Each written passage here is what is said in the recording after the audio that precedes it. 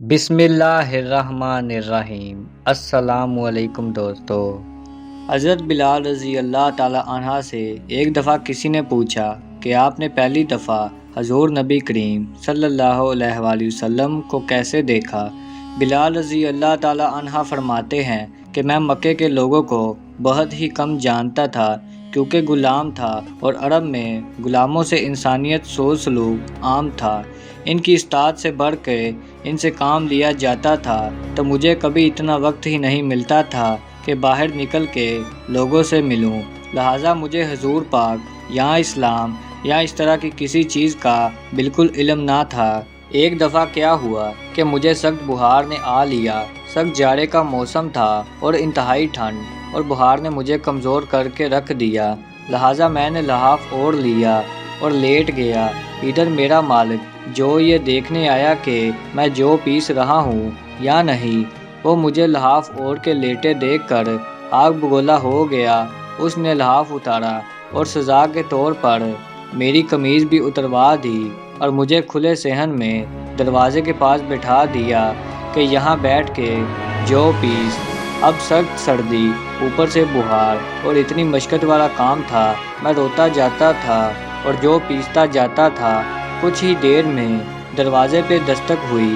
میں نے اندر آنے کی اجازت دی تو ایک نہایت متین اور پر نور چہرے والا شخص اندر داخل ہوا اور پوچھا کہ جوان کیوں روتے ہو؟ جواب میں نے کہا جب اپنا کام کرو تمہیں اس سے کیا، میں جس وجہ سے بھی روؤں۔ یہاں پوچھنے والے بہت ہیں لیکن مداوع کوئی نہیں کرتا۔ قصہ مختصر کہ بلال نے حضور کو کافی سخت جملے کہے۔ حضور صلی اللہ علیہ وآلہ وسلم یہ جملے سن کے چل پڑے۔ جب چل پڑے تو بلال نے کہا بس میں نے کہا تھا نا کہ پوچھتے سب ہیں مداوع کوئی نہیں کرتا۔ حضور یہ سن کر بھی چلتے رہے۔ بلال کہتے ہیں کہ دل میں جو ہلکی سی امید جاگی تھی کہ یہ شخص کوئی مدد کرے گا وہ بھی گئی، لیکن بلال کو کیا معلوم تھا کہ جس شخص سے اس کا واسطہ پڑا ہے وہ رحمت للعالمین ہے۔ بلال کہتے ہیں کہ کچھ ہی دیر میں وہ شخص واپس آیا۔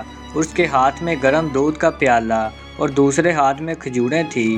اس نے وہ کھجوریں اور دودھ مجھے دیا اور کہا کھاؤ پیو اور جا کے سو جاؤ۔ میں نے کہا تو یہ جو کون پیسے گا؟ نہ پیسے تو مالک بہت مارے گا۔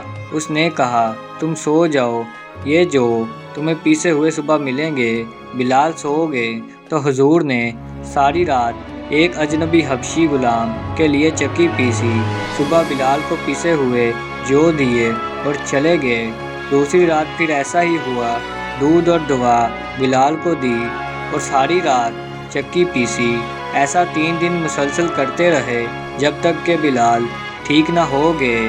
یہ تھا وہ تعارف جس کے بطن سے اس لافانی عشق نے جنم لیا کہ آج بھی بلال کو صحابہ رسول بعد میں عاشق رسول پہلے کہا جاتا ہے۔